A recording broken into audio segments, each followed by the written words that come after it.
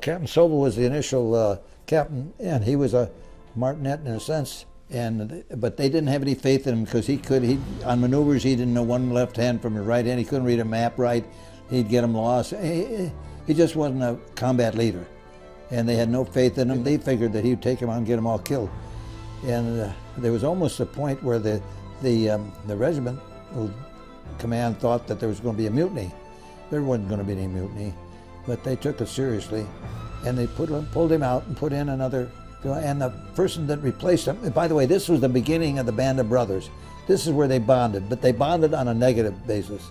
And then they, as I see it, and then they put in Winters, and Winters was the exact opposite of Sobel. He had the respect of the persons. They knew he was competent. They knew he was pretty bright, and that he was respected them, and that he knew what he was doing, and would know what to do when he was in combat, which proved to be very true.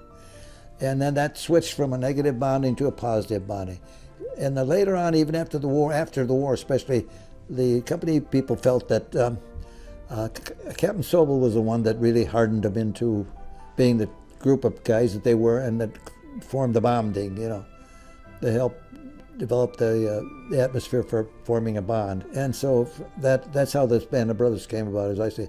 And that term was, Mike Rainey was the sergeant that was involved in this thing, and he's the one that came up with the Band of Brothers business, because his grandson asked him if he had ever been with a hero, and he said, nobody was with a band of heroes,